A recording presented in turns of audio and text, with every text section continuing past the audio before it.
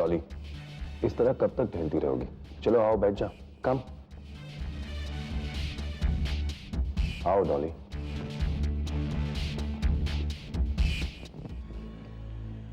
रंजीत, जो तुमने प्लान बनाया वो तो बहुत अच्छा है, लेकिन सक्सेसफुल तो होगा ना? ऑफ कोर्स सक्सेसफुल होगा, जरूर होगा डॉली, तुम बस देखती जाओ। रंजीत, वो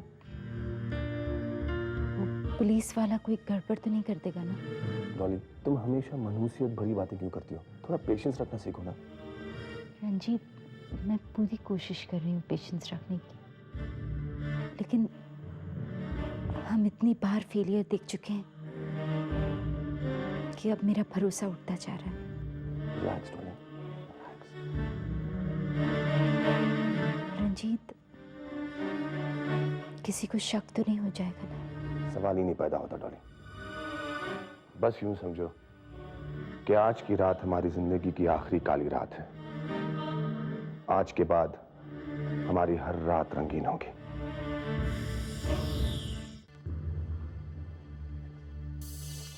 बस बहू बस, अब ज्यादा नाटक करने की जरूरत है नहीं, क्योंकि जिसे दिखाने के लिए तुम्हें नाटक कर रही हो वो तो इस वक्त यहाँ है नहीं।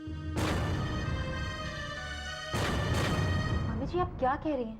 वाह वाह वाह, जरा शक्ल तो देखो, कितनी भोली लगती है, जैसे कुछ पता ही नहीं।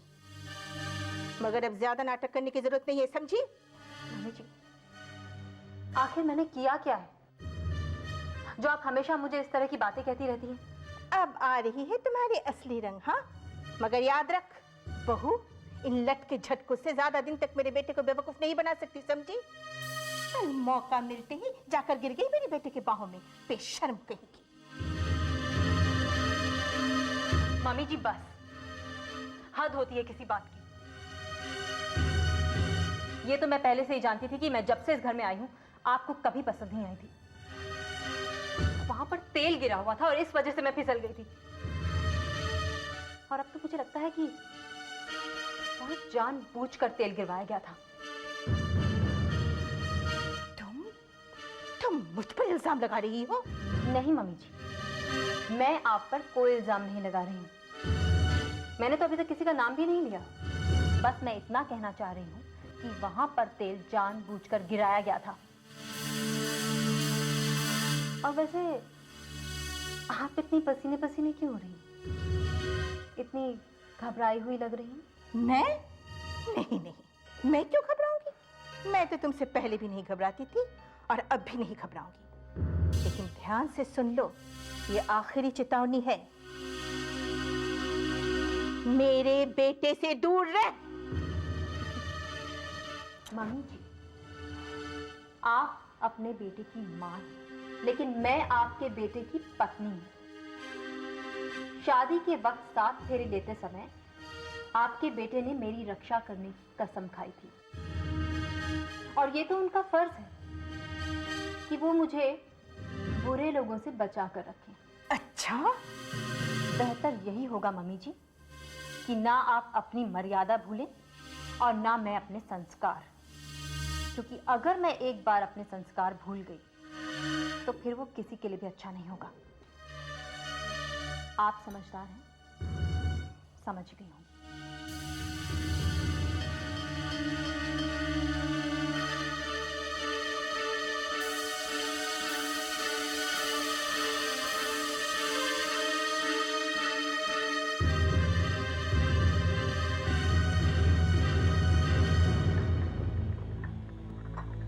बेटा रंजीत, तुमने आज मुझे कैसे याद किया? बस ऐसे ही अंकल, सोचा सुबह की चाय साथ में हो जाए और मैं उसके साथ कुछ ऑफिशियल बातें भी। बहुत अच्छा किया तुमने। बाय द वे, ये बच्चों का नया केयरटेकर कैसा काम कर रहा है? जी, he is good, he is very good. आपका डिसीजन कभी गलत हो सकता है अंकल। डॉली, कोई आने वाला है क्या? नहीं, नहीं तो क्यों? वो इसलिए तुम बार बार घड़ी देख रही थी? हाँ, वो दरअसल वो ऑफिस जाना है ना, इसलिए, है ना डॉली? हाँ, हाँ, हाँ। तो चली जाना। अब मैं भी तो यहीं पर हूँ ना, मुझे भी तो ऑफिस जाना है। हाँ। हाँ डॉली, मित्रा अंकल भी तो यही हैं। हाँ मित्रा अंकल, टेंडर्स का क्या हुआ? नए टेंडर भरे जा रहे हैं।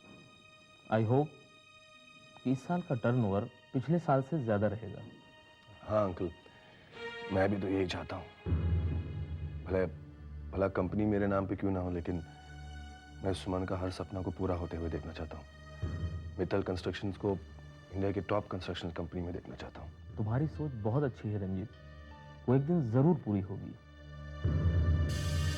वो अंकल, काश सारा कंट्रोल रंजीत के हाथ में होता तो हम सुमन के सपने बहुत जल्द पूरे कर पाते। डॉली, हमें बस उतना ही करना चाहिए जितना कानून हमें इजाजत दे, है ना अंकल? राइट बेटा। मिस्टर रंजीत, मुझे आपसे कुछ बात करनी है। इंस्पेक्टर साहब। इंस्पेक्टर साहब, क्या बात है? ये कुछ चीजें हैं, जरा देखिए ना, आप पहचानते हैं क्या?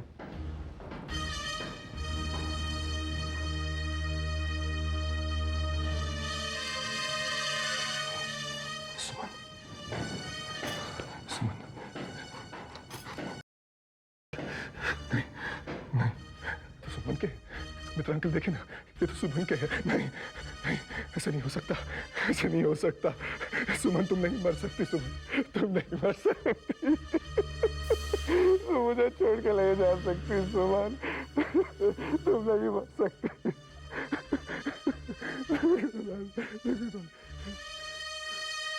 अब तुम्हारे पास बात करने के लिए कुछ बचा भी नहीं है मित्रा। अब तो मैंने सुमन की झूठी डेड बॉडी भी प्रोड्यूस कर दी। अब कोई मुझे सुमन की जायदाद हथियाने से रोक नहीं सकता, तुम्हारा कानून भी नहीं।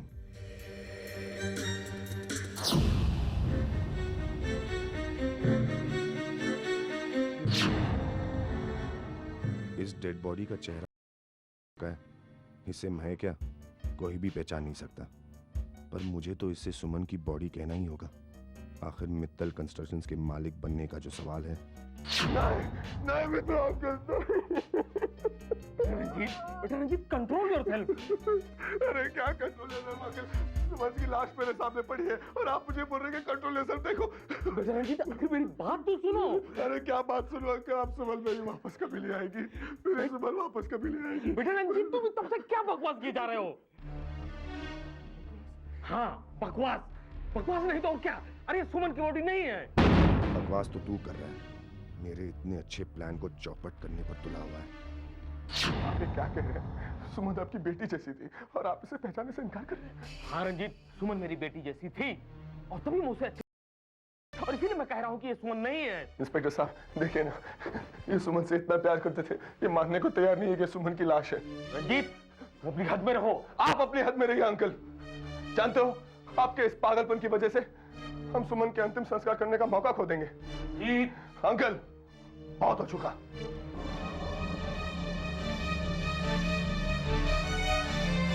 मेरे पत्नी का ये हक बनता है कि इसका अंतिम संस्कार इसका पति करे, तभी इसकी आत्मा को शांति मिलेगी और मुझे उसकी प्रॉपर्टी। मैं अपने जीते जी सुमन के अंतिम संस्कार को लावारिसों की तरह होने नहीं दूंगा। साहब, समझने की कोशिश कीजिए। अरे कुछ घंटे पानी में रहने के बाद तो एक नॉर्मल डेड बॉडी भी पहचान में नहीं आती है, और फिर ये तो काफी सड़ चुकी है। तो इस रास्ते जो चूड़ियां और कंगन मिली, वो क्या सुमन के नहीं थे? क्या मैं उसे पहचान नहीं सकता? इससे तो साफ साबित होता है कि यही सुमन की लाश है। और क्या मैं अपनी पत्नी को नहीं पहचानूंगा? ठीक है, आप लोग जो कहते हैं कहते रहिए। मैं इस लाश को सुमन की बॉडी नहीं मानूंगा, कभी नहीं मानूंगा। इस बुड्ढे का क्या करूं मैं? अगर ये नहीं माना तो मेरा ये प्लान भी फ्लॉप जाएगा, और अगर ऐसा हुआ तो अब डॉली मुझे चैन से रहने नहीं देगी। मैक, तुझे पता है मित्रा अंकल और पापा कहाँ गए? पता नहीं।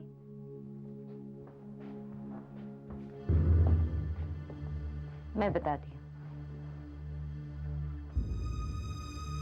हालांकि बात बहुत दुख की है, लेकिन अब ज्यादा दिन मैं तुम लोगों से छुपा भी नहीं सकती। तुम्हारे पापा का फोन आया था। उन्होंने कहा तुम्हारी मामा की बॉडी मिल चुकी है।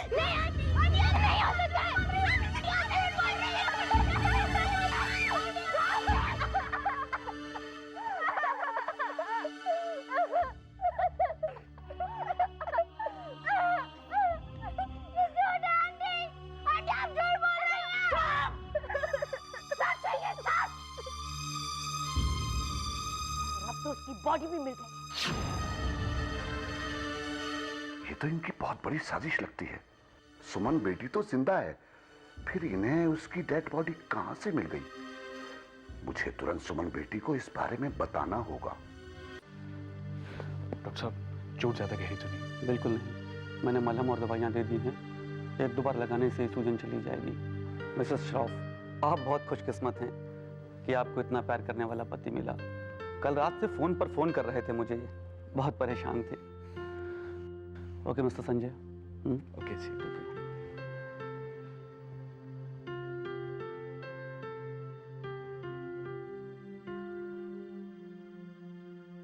वो मैंने डॉक्टर को इसलिए बुलाया कि मुझे लगा कि कहीं कोई फ्रैक्चर वगैरह ना हो गया हो।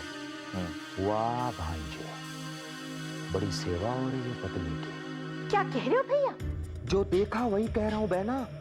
अगर यही सब कुछ चलता रहा ना तो न जाने हमें क्या क्या देखना पड़ेगा।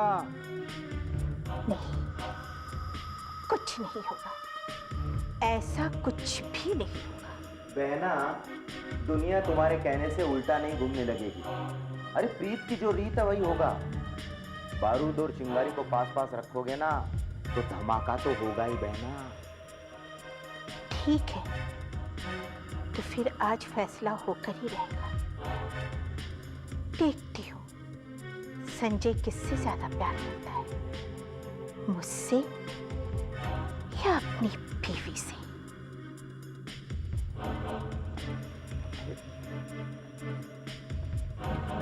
ये क्या कर रही हो? पागल हो गई हो क्या? क्या हुआ? क्या होगा? देखो, इसने अपना अंगूठा काट लिया। कैसे काटा? कुछ नहीं बेटा, मैं बस तेरे लिए सेब काट रही थी, अंगूठा फिसल गया। ओह! आपको क्या जरूरत थी सेब काटने की? घर में इतने सारे नौकर चाकर हैं, मानसी और आप। बेटा, मैंने सोचा मानसी तुम्हारे साथ होगी, बुलाऊंगी तो तकलीफ होगी, बस मैंने सोचा मैं ही सेब काट के दे दूं तुम्हें। मैंने आपसे कितनी बार कहा आपको घर का कोई काम करने की जरूरत नहीं है, और जरूरत पड़ी तो मानसी करेगी। गहरा कट लगा। कुछ नहीं हुआ बेटा, तू जा। मानसी तेरे इंतजार कर रही होगी, तू जा बेटा, तू जा। मैंने आपसे कितनी बार कहा है कि आपसे बढ़कर मेरे लिए इस दुनिया में कोई नहीं है, कोई नहीं है। मामा जी, हाँ पकड़िए इसको। हाँ, मैं दवाई लेकर आता हूँ। किसके पकड़िए इसको? जल्दी बेटा जल्दी, बहुत खून निकल रहा है। देखा भैया, मैंने कहा था ना तुमसे, ये मेरा खून नहीं है तो क्या हुआ? अगर जरूरत पड़ी तो किसी का भी खून बहा सकता है मेरे लिए। मान गया बहना, मान गया तुमको।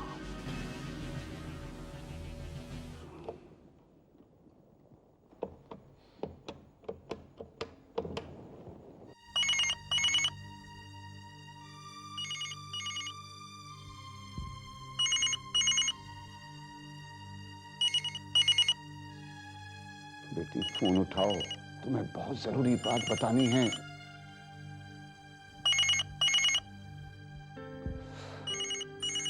अरे बेटा जल्दी फोन उठाओ। हेलो। हाँ, कौन बोल रहे हैं? Hello hello. फोन करता है, बात नहीं कर रहा कोई। हे भगवान, मैं उसे कैसे बताऊं कि यहाँ क्या क्या हो रहा है। ओह,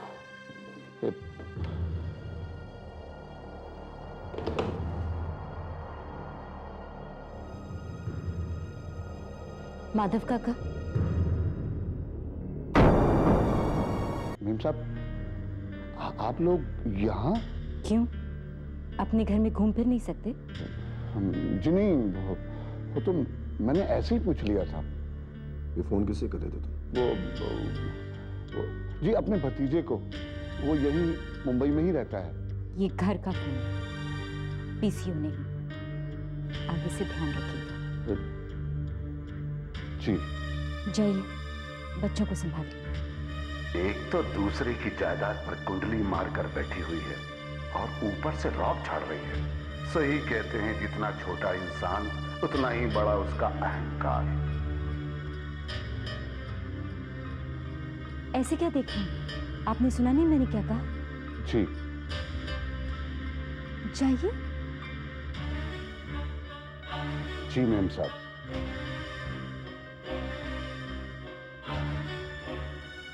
आपने इसे रख कैसे लिया? क्या करूंगा मैं? इस मित्रा अंकल ने इसे हमारे गले बांध दिया। हर बात में मित्रा अंकल। इस बूढ़ी ने तो जीना मुश्किल कर दिया है। डोंट वरी डॉली, एक बार ये प्रॉपर्टी मेरे नाम पर हो जाए, उसके बाद हमें उस बुड्ढे से और घबराने की जरूरत नहीं पड़ेगी। जी, लेकिन आपने कहा था कि मॉर्चुरी में उसने बॉडी को सुमन की बॉडी मानने से इनकार कर दिया। मानने से इनकार तो कर दिया, लेकिन सारे सबूत यही कहते हैं कि वो लाश सुमन की है और उसके पति ने भी शिनाख्त कर दिया है डॉली। अब तो शक की कोई गुंजाइश ही नहीं बचती। और कानून हमेशा अपना फैसला ठोस सबूतों के आधार पर देता है, याद है? ऐसा उसी ने एक बार हमसे कहा था, याद है तुम्हें? अब सब कुछ वैसे ही होगा ना, जैसा हम चाहते हैं। डोंट वरी स्वीटहार्ट, सब कुछ वैसे ही होगा जैसे तुम चाहती हो। अभी नहीं, पहले अपनी पहली पत्नी का अंतिम संस्कार तो कर लो। क्यों, तुम्हें डर लग रहा है कि कहीं वो मौचुरी से उठ के यहाँ ना आ जाए? हंस लो जितना हंसना है, एक दिन वो यहाँ जरूर आएगी। फिर तुम्हारी ये शैतानी हंसी हमेशा के लिए बंद हो जाएगी। अब मैं उससे कैसे मिलूं, उसे कैसे बताऊं कि यहाँ क्या क्या हो रहा है? पता नहीं मेरी बेटी वहां किस हाल में होगी। हे भगवान, उसकी वहां रक्षा करना। संजय बुरा इंसान नहीं है। मैंने उसकी आंखों में बहुत प्यार देखा है, वो प्यार जो असल में मानसी के लिए है। लेकिन कभी कभी मैंने उस प्यार की जगह नफरत को भी देखा है। कोई इंसान एक ही समय पर किसी से प्यार और नफरत दोनों एक साथ कैसे कर सकता है? मम्मी जी संजय के सामने मुझसे बहुत प्यार जताती हैं, लेकिन संजय के हटते ही उनकी नजरों में भी बदलाव आ जाता है। कोई बहुत बड़ा राज छिपा हुआ है सबके पीछे। क्या हुआ था मानसी के साथ? किसने उसकी कार के ब्रेक फेल किए होंगे और उसके पीछे उसका क्या मकसद रहा होगा?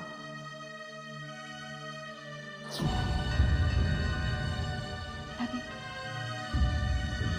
ये आपकी अमानत है, मेरे पास थी। आप डायरी लिखा करती थी, इसमें आपकी बहुत सारी बातें हैं। आप पढ़ेंगी तो शायद आपको सब कुछ याद आ जाएगा।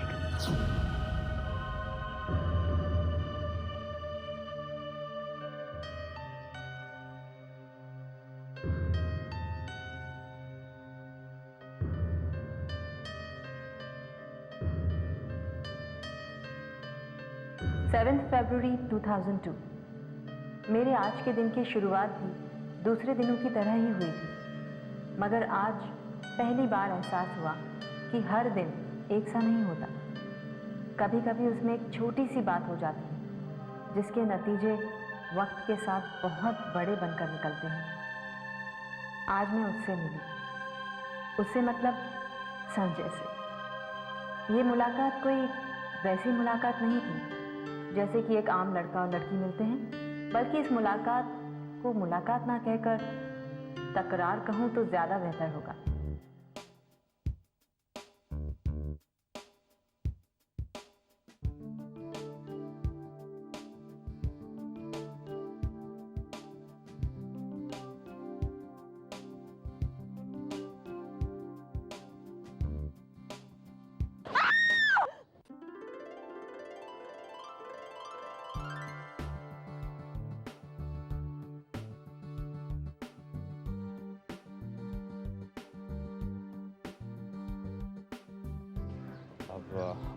I'm sorry।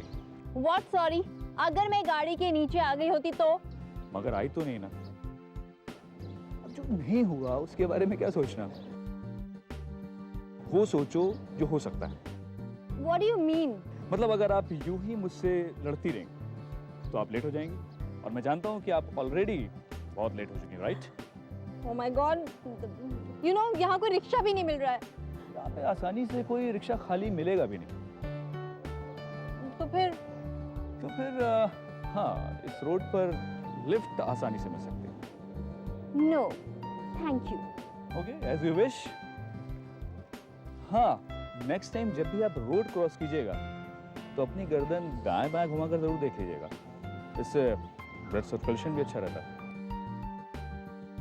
ओके, बाय, सी या।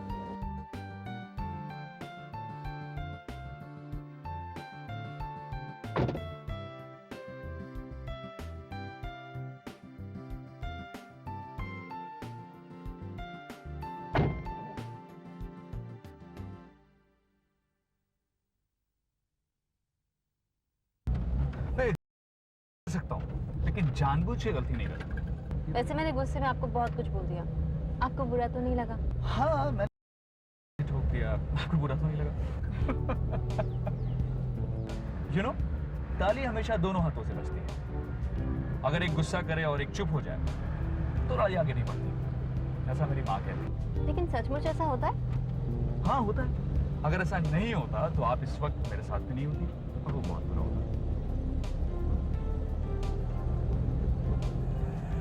और जानती हो मेरी माँ और क्या कहती है? वो कहती है कि गाड़ी धीरे चला, उसको हमेशा लगता है कि मेरा एक्सीडेंट हो जाएगा। बहुत प्यार करती है मुझसे। भाई इकलौता बेटा जो। अरे मैं एक जरूरी बात तो आपसे पूछना भूल ही गया। क्या? यही कि आपका नाम क्या है?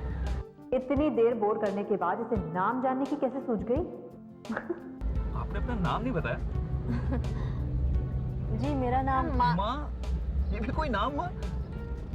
जी नहीं, मेरा नाम माँ नहीं मानसी है। वाह, क्या कमाल की बात है, इसमें भी माँ है, मानसी, है ना कमाल की बात? कहीं मैं आपको अपनी माँ की बातें बता बता कर बोर तो नहीं कर रहा हूँ, हैं? नहीं नहीं, बिल्कुल नहीं। You know, जब आप मेरी माँ से मिलेंगी ना तो आपको पता चल जाएगा कि मैं अपनी माँ की इतनी बातें क्यों करता हूँ। अच्छा, वैसे आपका नाम क्या है? संजय। Sanjay, nice name. मेरी माँ को भी ये नाम बहुत पसंद है, बड़े प्यार से रखा था उन्होंने। जी।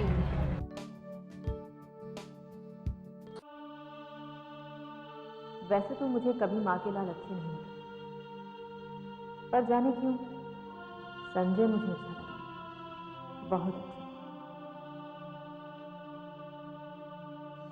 14 Feb 2002, वैलेंटाइंस डे।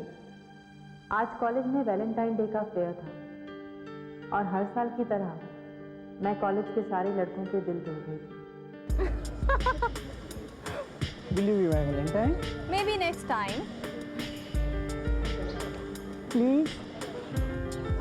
जरूर, लेकिन अगले जन्म में। क्या आप मेरी वैलेंटाइन बनना पसंद करोगी? जरूर भैया।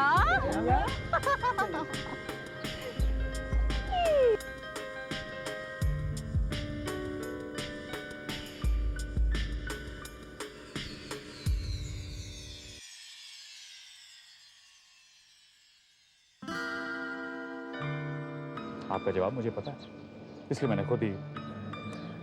ये भी मम्मी ने सिखाया है, खुद ही सवाल करो और खुद ही जवाब दे दो। वेल, मुझे लगता है आपको उनसे मिलवाना पड़ेगा। मानसी, मैं ये वैलेंटाइन डे वगैरह तो ज़्यादा जानता नहीं, इतना ज़रूर जानता हूँ कि ज़िंदगी में पहली बार किसी लड़की से ये कह रहा हूँ कि मुझे अपने घर ले चलो, मैं तुम्हारे मॉम डैड से मिलना चाहता हूँ, और मेरे घर चलो, मैं तुम्हें अपनी माँ, पापा और बहन से मिलवाना चाहता हूँ। जी, मेरी तो कुछ समझ में ही नहीं आ रहा था, कितनी सादगी के साथ संजय ने अपने दिल की बात मुझसे कह दी। मैं और संजय हर रोज मिलने लगे और पता भी नहीं चला कि कब मुझे संजय से प्यार हो गया। और फिर एक दिन हमने अपने बड़ों के आशीर्वाद से अपने नए जीवन की शुरुआत की। मैं शादी करके हमेशा के लिए इस घर में आ गई।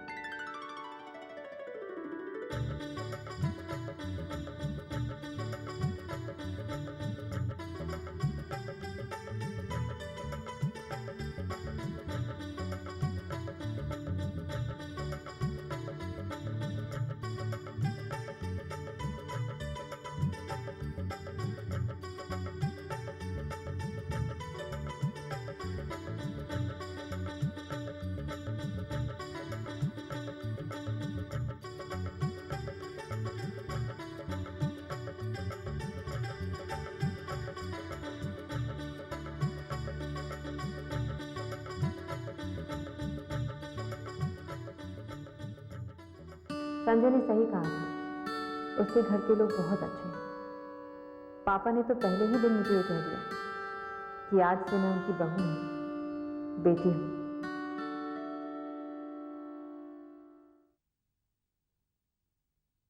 बहू, आज से ये घर तुम्हारा है। इस घर पे जितना हमारा हक है उतना तुम्हारा भी। आज से तुम इस घर की बहू नहीं, बेटी हो।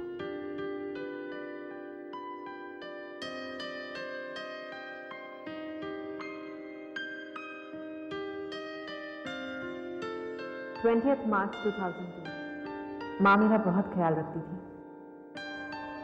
आज हमारी शादी का 3रा दिन।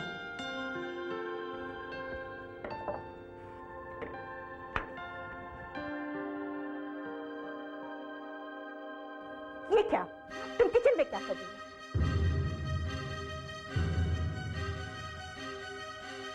किसकी इजाजत चाहिए? किसने कहा बनाने के लिए? क्या हुआ? अरे देखो, कोई बात नहीं। अब देखना, बस शादी में सिर्फ 3 दिन हुए हैं और बहू किचन में आ गई। भला बता तू, लोग क्या कहेंगे? कैसी सास है कि नई बहू के आते ही काम पे लगा दी। अरे बेटी, अभी तुम्हारी उम्र ही क्या है? हाँ, अभी तो तेरे खेलने खाने के दिन है। जा बेटा, बहू को घुमाना। माँ, अगर आप ऐसे कहेंगे ना तो ये कभी काम नहीं करेगी। नहीं मम्मी जी, प्लीज आज का खाना मुझे बनाने दीजिए ना। वाह वाह, क्या बात है, क्या बात है, बिल्कुल सही बोला। बहना, अगर बहू खाना बनाना चाहती है तो बनाने दो ना, इसे भी अपने अरमान पूरे करने दो। चलो। देखो, मैं वहां गया था तो उन्होंने कहा है कि शाम को मिल जाएंगे।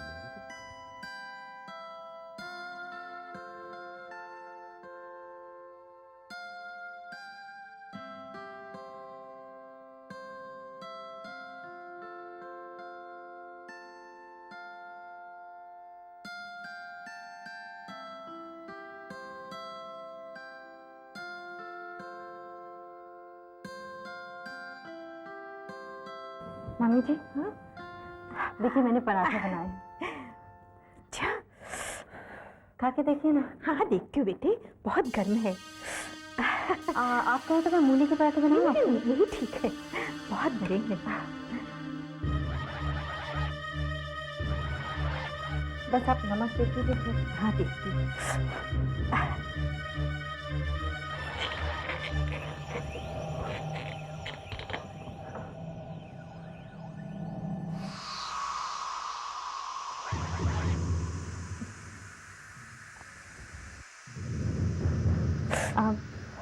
मैं हाँ देखिए, बहुत टेस्टी है। बस अब एक कप चाय हो जाए तो मजा आ जाए। मम्मी जी, मैं अभी बना के लाती हूँ।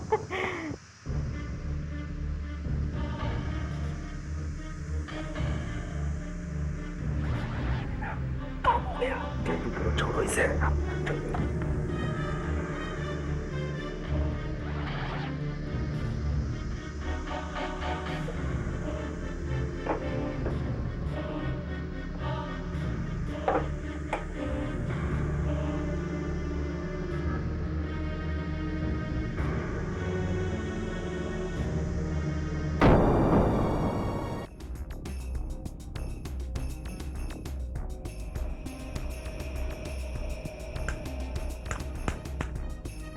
लाइटर भैया, अभी काम की उंगली तो हटाओ। क्या हुआ? धमाका क्यों नहीं हुआ? भाभी, हाँ क्या कर रहे हो आप? मामी जी के लिए चाय बनानी थी और देखो ये लाइटर काम ही नहीं कर रहा है। आप ये छोड़िए, भैया ने आपको रूम दिया। ये चाय बना के जाती हूँ। मैं बनाती हूँ ना, ठीक है? अच्छा ठीक है, लेकिन ये काम नहीं कर रहा तो माचिस प्लीज देख लेना। ओके।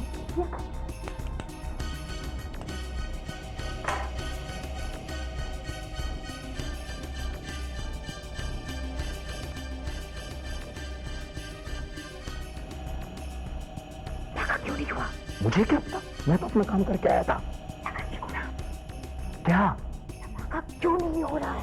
हाँ, मुझे कह रही हो, तुम जाकर क्यों नहीं देख लेती? नहीं बाबा जी।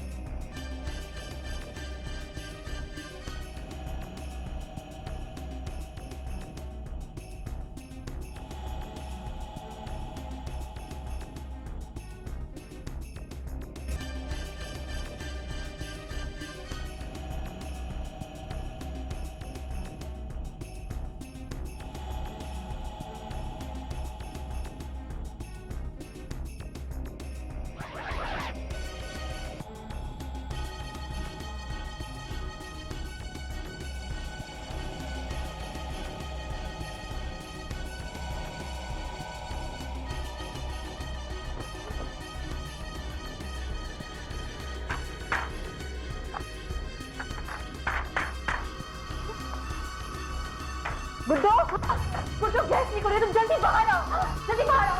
मम्मी, मामा जी, जल्दी आगे चलिए। तुम जाओ ना, डरते क्यों? मैं तो हूं ना। बहना, जितना आसान जान लेना है ना, उतना आसान जान देना ही नहीं है। ऐसा करते हैं, हम दोनों मिलकर देखते हैं। हाँ चलो ना बात।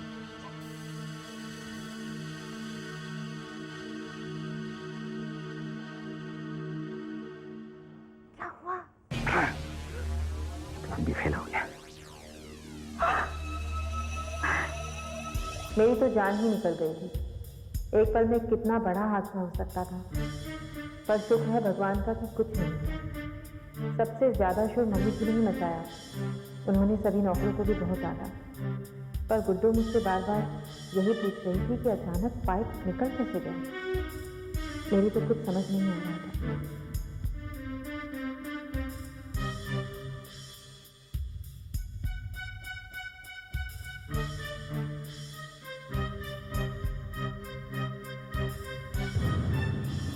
कैसी हो बहू? जी बिल्कुल ठीक हूँ, आइए ना। तुम्हारे पाँव के दर्द तो ठीक है ना? हाँ बिल्कुल ठीक। अरे लेकिन आपकी उंगली में क्या हुआ? कुछ नहीं, बस सलाद काटते हुए जरा सा कट गया। देखिए ना मम्मी जी, लगता है हम दोनों के ग्रह एक जैसे चल रहे हैं। इधर मेरे पैर में मोच आ गई और इधर आपकी उंगली कट गई। मेरे पैर की मोच तो ठीक हो गई है, लेकिन लगता है आपके घाव को भरने में भी वक्त लगेगा। हाँ बहू, कुछ घाव आसानी से भरते ही नहीं। बिल्कुल ठीक कहा आपने। बस ख्याल रखिएगा ये घाव नासूर न बन जाए, वरना आपको। बेटी, अब तबीयत कैसी है? जी ठीक है। पैर में दर्द कुछ कम हुआ है या नहीं? नहीं, अब तो बिल्कुल नहीं है। चलो हम लोग वॉक पे चलते हैं। लो, अभी अभी तो मैं बहू से बातें करना और आप इसे ले जा रहे हैं। अरे ये बातें तो कभी भी होती रहेंगी, लेकिन वॉक का वक्त तो सिर्फ शाम को और सुबह ही होता है। बेटा इसकी बातों पर ध्यान मत दो, चलो हम लोग वॉक पे चलते हैं। Okay mummy, bye. इस लड़की ने आज बहुत कुछ कह दिया। पता नहीं कि सिर्फ टॉन्ट थी या मामूली बात हुई। खैर, जो भी हो, इससे सावधान तो रहना ही पड़ेगा। याद है बेटी, पहले तू मुझे हर सुबह शाम वॉक पे ले जाया करती थी। जब तू नहीं थी तो गुड्डो के साथ चला जाता था।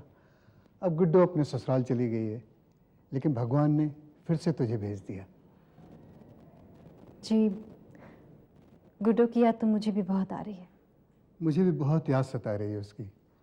चलो वॉक के बाद उसे फोन करते हैं। हेलो हेलो, अरे बे फोन करते हो तो जवाब भी दो ना। कौन है जया? पता नहीं साहब, बार बार फोन करता है। जब मैं पूछती हूँ कौन है तो जवाब ही नहीं देता, फोन ही रख देता है। देख लो, अगर ज्यादा तंग करे तो कैडल नीचे रख देना। जी। कहीं ये फोन माधव काका तो नहीं कर रहे? शायद कुछ जरूरी बात बताना चाहते हो। मैं भी तो वहां बार बार फोन नहीं कर सकती। जी सही सुना आपने। हमें सुमन की बॉडी मिल गई है और हमने उसका अंतिम संस्कार भी कर दिया है। जी किसी को बताने का मौका ही नहीं मिला। दरअसल बात यह है कि पहले से ही बॉडी की हालत इतनी ख़राब हो चुकी थी कि लोगों ने भी ये कहा कि अब और देर करना ठीक बात नहीं है। एनीवेज आप कल श्राद्ध है, आप आ जाइएगा प्लीज़।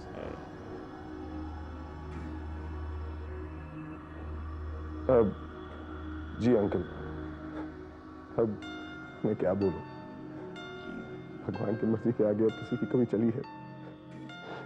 लेकिन मैं भगवान से यही पूछना चाहूंगा अंकल के उसने मेरे साथ ऐसा क्यों किया? क्यों मेरी सुमन को मुझसे छीन लिया उसने? जी अंकल, जी थैंक यू। जी अंकल, आप कल आ जाइएगा। Thank you uncle. अरे मित्र अंकल, आप आइए ना। आइए मित्र अंकल, आइए। अच्छा हुआ आप आ गए, मैं तुम्हें खुद आपके पास आने वाला था। कुछ काम था? ये कैसी बात कर रहे हैं आप अंकल? अंकल देखिए, अगर गुस्से में मैंने आपसे कुछ गलत कह दिया हो तो प्लीज मुझे माफ कर दीजिएगा। लेकिन आपको कल सुमन के साथ में आना ही होगा मित्र अंकल। बेटा मैं वो अंकल देखिए प्लीज, आप अंतिम संस्कार में भी नहीं आए, आपको सुमन के साथ में आना ही होगा। अंकल वो आपकी बड़ी इज्जत करती थी, अगर आप आएंगे तो उसकी आत्मा को शांति मिलेगी। Uncle please, uncle please please मेरी बात मान लीजिएगा। देखिए अंकल प्लीज ना मत कीजिएगा, मैं आपके पास नहीं बेटा रंजीत, ये तुम क्या कर रहे हो? बेटा तुमने सही कहा है, हमें सुमन के सपनों को पूरा करना है और ये कार्य तुमसे बेहतर कोई और नहीं कर सकता। अंकल इतने तारीफ के काबिल नहीं हो uncle. Anyway thank you so much uncle. अलग अलग मछलियां पकड़ने के लिए अलग अलग चारा डाला जाता है और मुझे पता था तुम्हें फंसाने के लिए ये इमोशनल ड्रामा सबसे अच्छा चारा था। गायत्री, जया, हम लोग वॉक से वापस आ गए। अरे कुछ चाय वाय मिलेगी या नहीं? साहब नाश्ता तो तैयार है, मैं 2 मिनट में लगा देती हूँ। ठीक है ठीक है।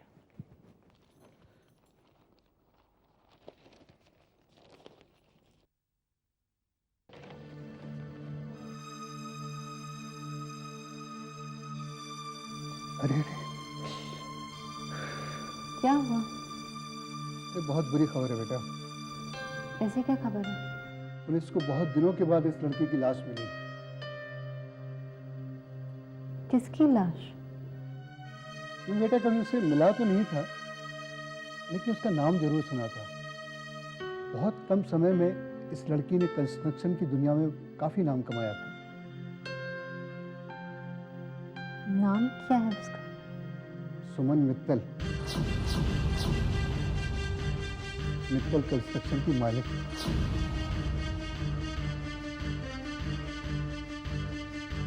मैं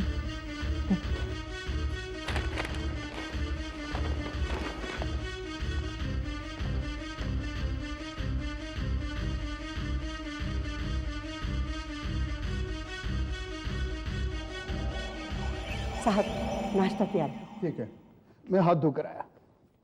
सुन बेटी, चलो नाश्ता तैयार है।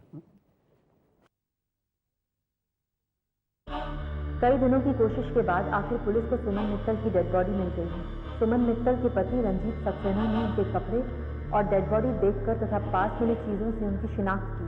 लाश की खराब हालत होने की वजह से तुरंत उसका अंतिम संस्कार कर दिया गया और आज मित्तल हाउस में उनका श्राद्ध हो रहा है। सुमन मित्तल कंस्ट्रक्शन की दुनिया में तेजी से उभरता हुआ एक नाम था और निर्माण उद्योग में उनका नाम बड़े सम्मान के साथ लिया जाता था। कई बड़ी हस्तियों ने उनकी मौत पर खेद प्रकट किया।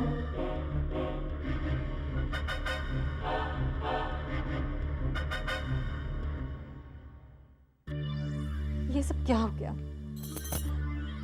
रंजीत ने कितनी आसानी से साबित कर दिया कि मैं मर चुकी हूँ। अब तो सारी प्रॉपर्टी का वही मालिक बन बैठेगा। लेकिन मैं कैसे प्रूव करूं कि मैं ही सुमन मित्तल हूं और जिंदा हूं? कैसे?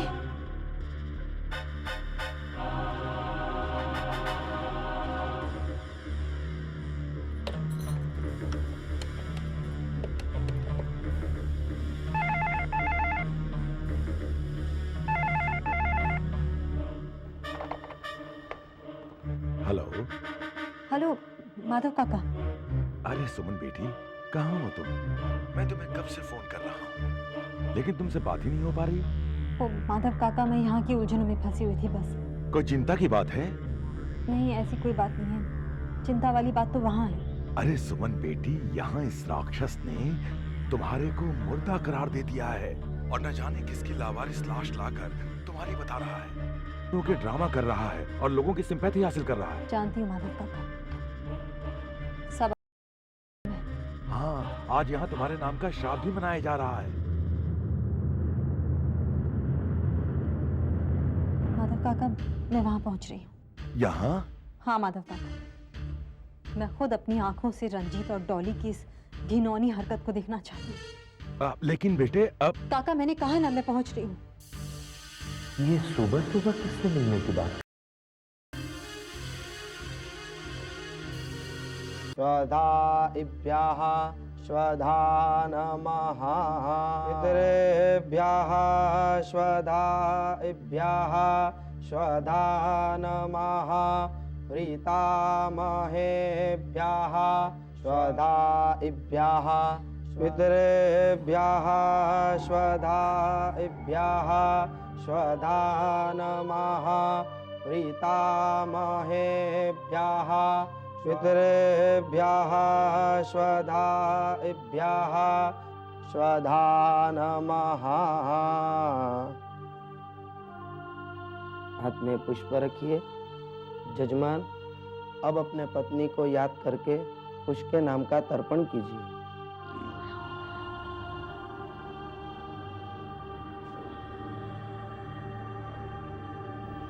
चला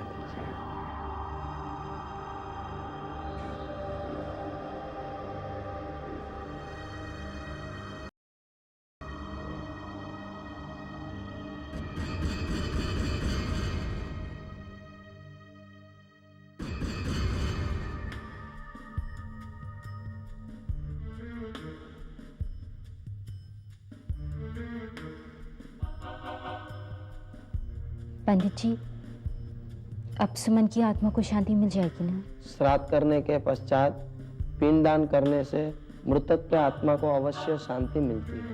मैं जिंदा हूँ और मेरी आत्मा को तब तक शांति नहीं मिलेगी जब तक मैं तुम दोनों को तुम्हारे किए की सजा नहीं दिलवा देती।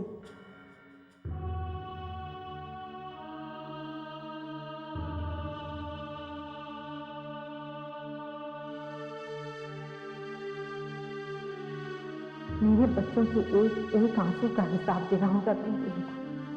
स्वधाइभ्यः स्वधा नमः। पितरेभ्यः स्वधाइभ्यः स्वधा नमः। प्रीतामहेभ्यः।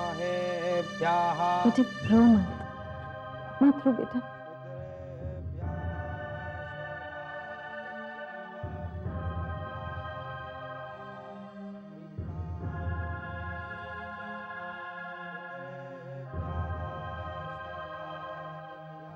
बेटा अब मत रोइए, मत रो बेटा। बस कुछ दिनों की बात और है, फिर सब ठीक हो जाएगा। हाँ मत आंटी, अब कौन है?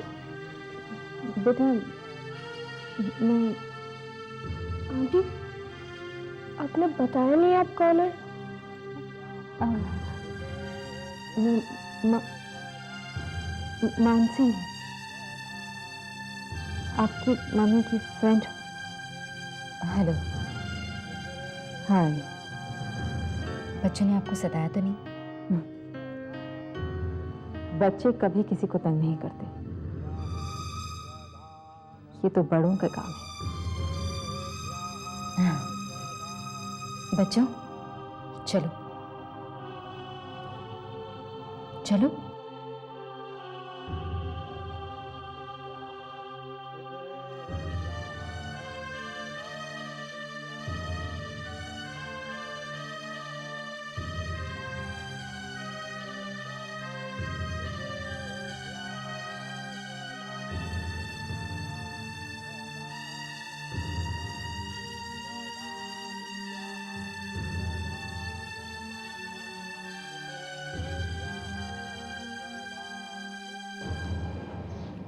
देख लिया बेटी इस राक्षस का पाखंड। मगर काका, रंजीत की ऐसी हरकत पर किसी ने शक नहीं किया? किया ना बेटे। सुना है मित्रा बाबू ने उस लावारिश लाश को तुम्हारी लाश मानने से साफ मना कर दिया, पर उस रंजीत ने रो रो कर ऐसा नाटक किया और तुम्हारा वास्ता देकर, बच्चों का वास्ता देकर उनको अपने वश में कर लिया और शीशे में उतार लिया। माधव काका, मित्रा अंकल मेरी आखिरी उम्मीद थे। अब वो भी रंजीत के झूठ को सच मानने लगे हैं। मैं तो बिल्कुल अकेली हो गई हूं। मेरी समझ में ही नहीं आ रहा कि मैं ये लड़ाई कैसे लड़ूंगी। काका, मैं बहुत अकेला महसूस कर रही हूँ। ऐसा नहीं सोचते बेटे, सच तुम्हारे साथ है और जिसके साथ सच होता है उसके साथ भगवान होता है। हर युग में सच की जीत होती आई है और इस युग में भी सच की ही जीत होगी। ऐसा मत सोचो। वो देखो,